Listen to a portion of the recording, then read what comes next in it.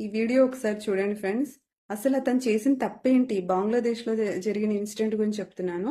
అన్ని మతాలు సమానము అని చెప్పిన దానికి అతన్ని ఎంత క్రూరంగా చంపారంటే, వీళ్ళు ఏ జాతికి చెందిన వాళ్ళో కూడా అర్థం కానంత క్రూరంగా చంపారు. వీళ్ళు ఆది మానవులా? సొసైటీ తెలియదా? వాల్యూస్ లేవా? అన్ని రిలీజియస్ సమానం అన్న పదం తప్ప మేము హిందువులం గ్రేట్ అని చంకలు గుద్దుకొని చెప్పట్లేదు కదా. అన్ని మతాలు సమానం.